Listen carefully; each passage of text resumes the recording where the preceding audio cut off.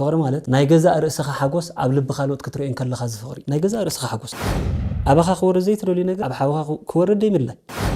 لبنت رات التراتيرو معرف أنت ري رخيو سلام الله يسوع كان بقى إذا قال إذا استحف وانجيل يوحنسيو كم سرعة سو حدار كريستوس لي تسكم حدار من سكمو يخل بناي كريستوس مسكال بناي دنجل مريم ناينات إن الدبداب بحيزنا خملوت أنا نمرد كريستوس أملاخنا بستسقل له جزء مسكالكم عليكم خدتولوني زبل ناي مجمرة حواريان كم سبعة ونتر تجمرة سمون قرينا واستبهل فقر زي بقول مسكال ناي كريستنا مسكال زي بقول فقر ناي كريستنا خيل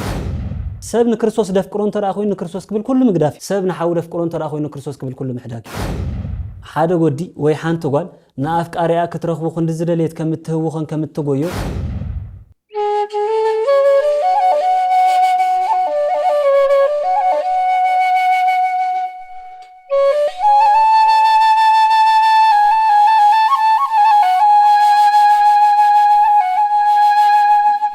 بسم الله وولد ومنفس قدوس أحد أملاك أمين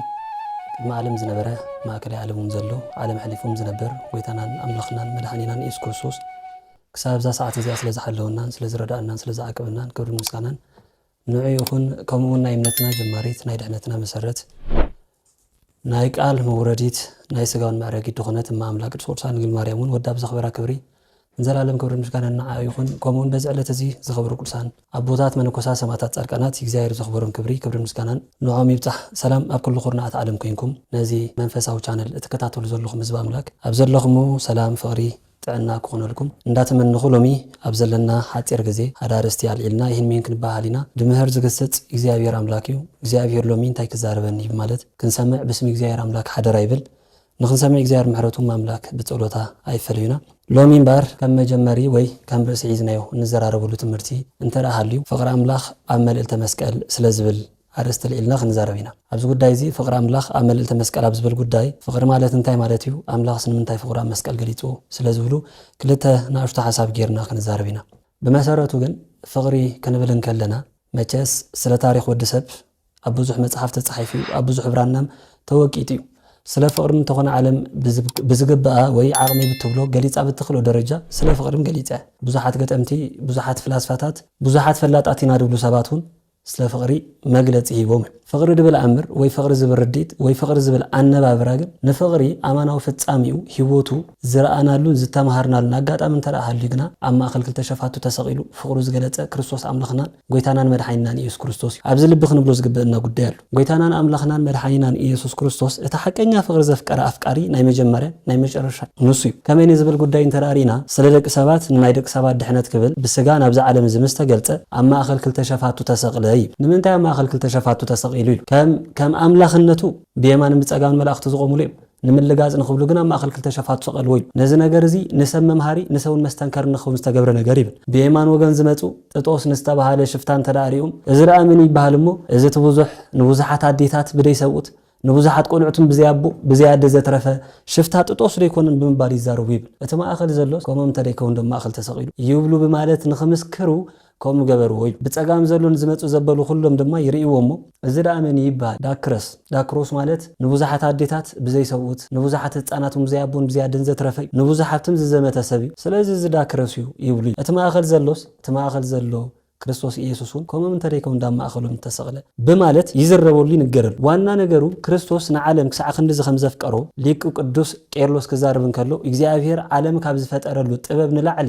ندك سب زدحنلو طبب يدنقن يبلصن يبل كما ينو دك سب زدحنلو طبب زبلط لبن بل سب مالت እግዚአብሔር ክፈጥሮን ከሎ ይኹን በማለት ተፈጥረ ፍጡር እግዚአብሔር ክፈጥሮን ከሎ ይኹን በዝብል ቃል ተፈጥሮ ማለት እግዚአብሔር አይደኸመሉን ትንፋስና እግዚአብሔር ይብሉን ይድ እግዚአብሔር ማይጠፍጠፎን ማለት አይኮን እኳዳ አኽቢሩ አልዒሉ ፈጠሮ ይሉ ፈጢሩ ከብቅዕግና ሞት ምስተሰማምዖ ሞት ምስሞተ ወድሰም ካብ ገነት ምስተሰደግና ያዳም ህይወት ፍሊ ደብሎ ነገር እንታይ ክርስቶስ ንሞቱ ሞይቱ نسقو قوريشو ندمم أفسيسو أما قابرو تقابيرو هياو كن بمالت سلازي سوخولي سلازي كريستوس كابتناي مجمرة فقرو نودسب زيادة فقرو زرعيو بغزي ودقوتي كمي سقاي بلاع دمي موستي سب ببلع خاب قلنا توتي انت رأيلنا نقل نستمل سم سقاو اللي اكزابيري نازق يدنق ليك قدوس غورغوريوس نبابي ملكوت انتايبل ቀዳሚ ሰዋሃብና ራእያሁ ክብርተ ወዳግምሰ ነስአ ስጋነ ህሰርተ ይብል መጀመርያ ንክብር እተብጽሕ ናብ ክብር እትመርሕ ንቅድስና እትኸውን መልክዑ ሃበና ይብል ድሒሩ ግን እንታይ ሃበና ይብል ድሒሩ ግን ንዓና ንዝተዋረደ ስጋና ለበሶ ይብል ንዝተዋረደ ስጋና ለበሶ ሰብ ብበደል ምስተጫማለቀ ብበደልም ካብ እግዚአብሔር ምስራሐቀ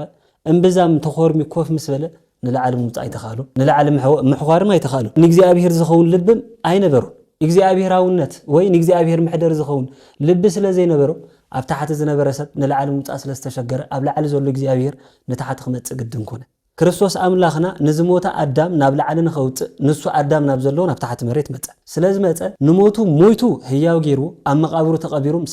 ስልጣነ ትንሣኤ ሂቦ ብርሃን ገይሩ ወይ ኣውጆ ነዚ ነገር እዚ ፍቅር ሰሃቦ ለወልድ ሃያል መንበሩ ኣብ ጽሆስ ከለሞት ከምዚ ላብ ትርጓሜ ውዳሴ ማርያም ኣብ ናይ ሶል ንክርስቶስ ነታ ሃያል ክርስቶስ ካብ ዝፋኑ ካብ ስልጣኑ ካብ ወንበሩ ፍቅር ናይ ወዲ ሰብ ሰሓቡ ሲሒቡ ማይገደፉን ኣብ መስቀል ሸንኪሩ ማይገደፉን ኣብ መቃብሩን ኣቕበሩ ኣብ መቃብር ኣቕቢሩ ምስቃ የበሉን ንመቃብር ጥሒሱ ኣብ 3 መዓልትን 3 ለይትን ህያው ንዝኸውን ሰብ ህይወት ሰብ ከልካልኹን ምባል ክርስቶስ ኣምላኽናም ተንሲኡ ስለዚ ፍቅሪን ወዲ ሰብ ዝተገልጸሉ ብመን እንተራ ተባይል ብክርስቶስ እዩ ንነገሩ ግን ፍቅሪ ክልተ ንኡሳር እስቲ ሂብና ነራእዩ ፍቅሪ ማለት እንታይ ማለት እዩ ፍቅሪ ማለት ናይ ገዛእ ርእስኻ ሓጎስ ኣብ ልብ ካልኦት ክትርእዮን ከለኻ ዝፍቅሪ ናይ ገዛእ ርእስኻ ሓጎስ ናይ ገዛእ ርእስኻ ሓጎስ ኣብ ካልኦት ምርኣይ ማለት ተዛዓቢ ደስታ ነዚ ነገር እዚ ጎይታናን ኣምላኽናን መድሓኒናን ኢየሱስ ክርስቶስ ክገልጽ ኣብ ወንጌል ዮሐንስ ምዕራፍ 15 ፍቅሪ 13 ኣልቦ ዘየኣብዮ ወይ ዘየሂሶ ለዚ ፍቅሪ ነዚ ፍቅሪ ዝዓቢ ነገር የለን ነዚ ፍቅሪ ዝሓልፎ ነገር የለን ናይ ፍቅሪ ንህይወትካ በጃ ሓውኻ ኣሕሊፍካ ክንድምሃብ زأكل فقري أب عالم يتفترن يلن سلز زعبي ناي فقر معير انت انت رأت بهايلو حادثة نبتايكا كم نفسخ أفكر روز بالمعير انت رأت قميتولو نامان من كل لا يدلني من كل لا زي اللي مخنيات انت رأت بهايلو نحاوخا خم نفسخ تفكرون بر العلم نفسها تفكر اي تفقدن اي تأززن سلازي كم يجري نحاوي كفكروا يلو كاسبن كيجنق معير استوهابون تاي كم نفسها أباخا خور زيت تدلي نجر أبحاوخا خور دي ملا أباخا كخون زيت تدلي نجر أبحاوخا كوين كتروي زي ملا أباخا فتم كخون زيت تدلي نجر أبحاوخا فتم كخون زي ملا مالت زي فقري نبل كريستوس أملاخنا موتنا أبانا خنبر أيدلي سلا زيدلي أي قدفنا اسكن نبل كما أملاخنا تكوكلو زكالو أملاخ عدام كاب جنة حقا فريسو أملاخنا تمني كاب جنة واتيو እግዚአብሔርና አዳማት ፊው ንዑዝኸውን ሰብ ምስራሕ ሸጊሮን ይሪኹ አይሸገሩን ግን ንዝበደለ ወዱ ማለት በመልክዕና አምላኽ ወዱ ይአዳ በአፈጣጥራም እግዚአብሔር ወዱ ይአዳ ስለዝኾነ ውሉዱ ስለዝኾነ ንውሉዱ አይመነኑን አይጓሐፉን እኳዳ ንሱን ኣብ ዘለዎ ደረጃ መጽያድሓን እግዚአብሔር ኩሉ እንዳኻለ እኳ ንሞት ካመረጸ ናተይ ህይወት ንዓኹም ህይወትኩም ይንባል ናብ ምድሪ ካመጸ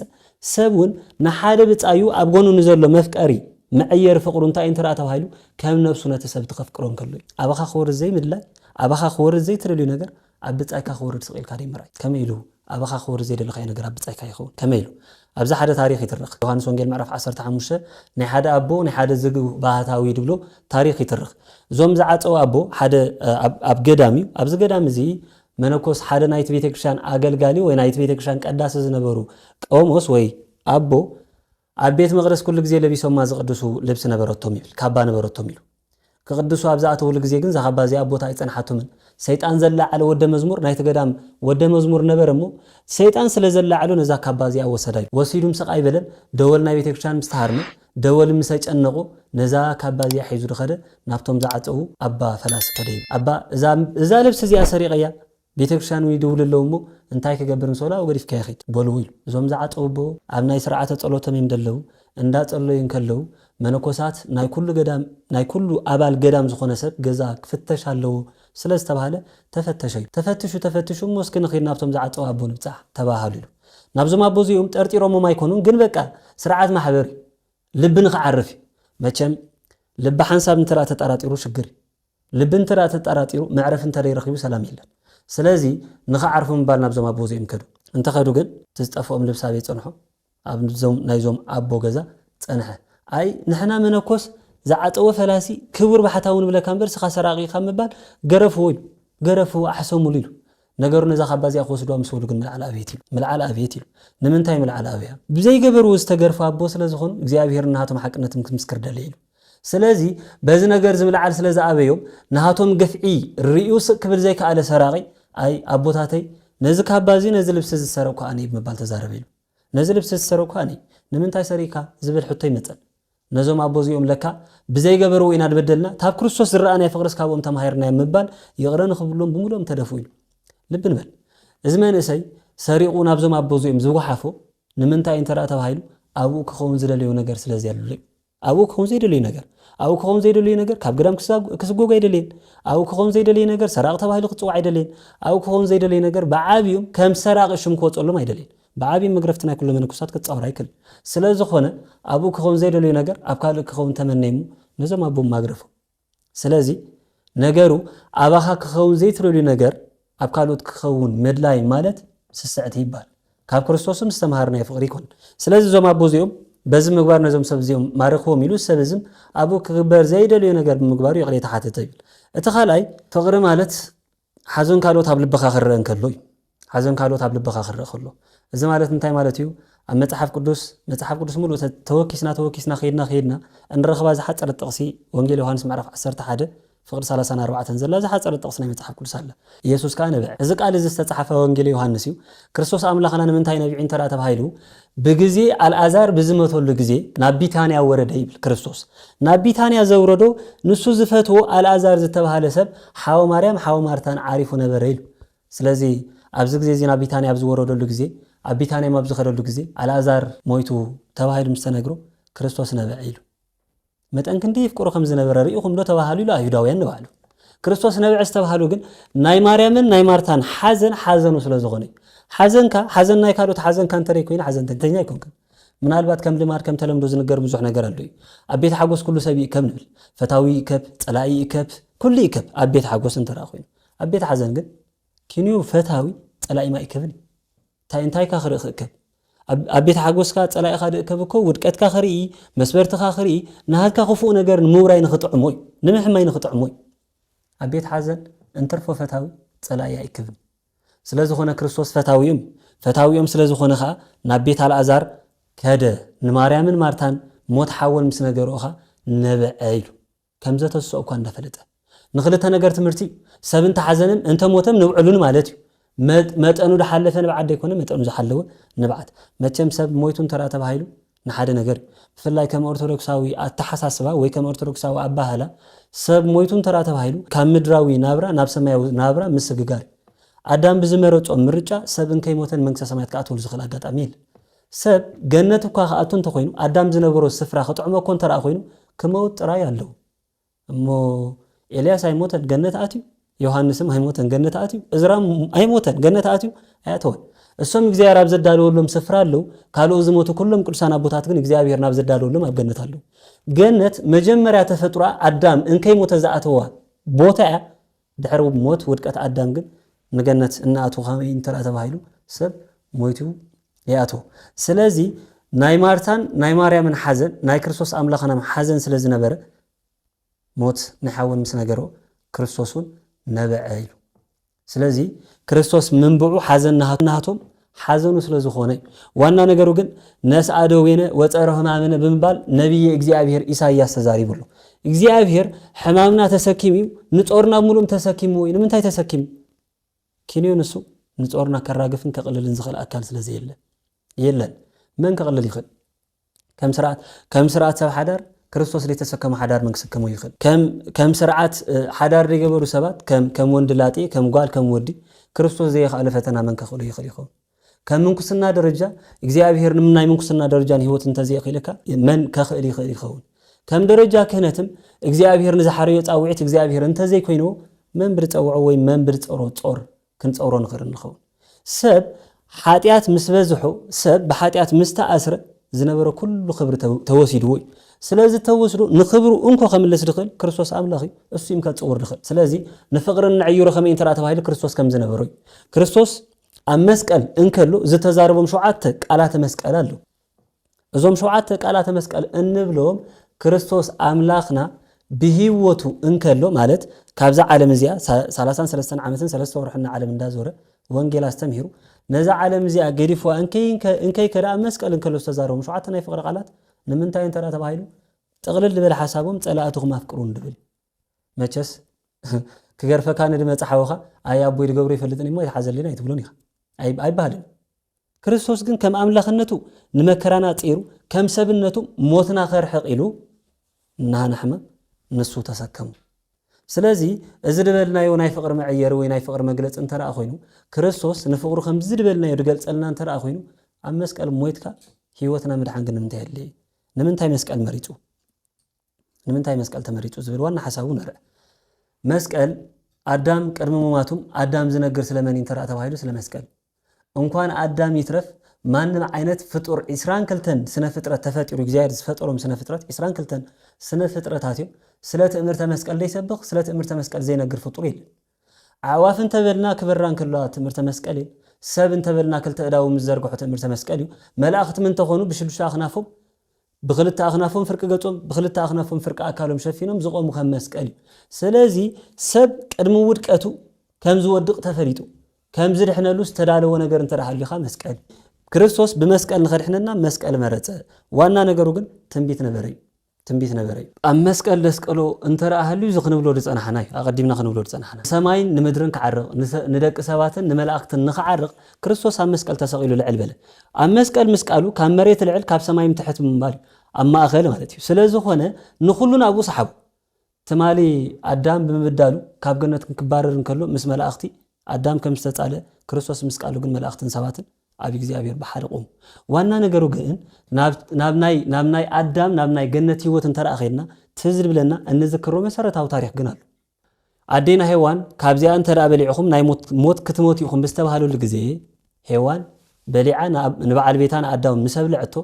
ኣብ እግሪ እጸበለስ ትረአ ዝነበረት ሰበይቲ ነበረት ኢሉ እግሪ እጸበለስ ትረአ ዝነበረት ሰበይቲ ሔዋን ነበረት ኢሉ ሔዋን ኣብ እግሪ እጸበለስ ምርአያ ንምንታዩ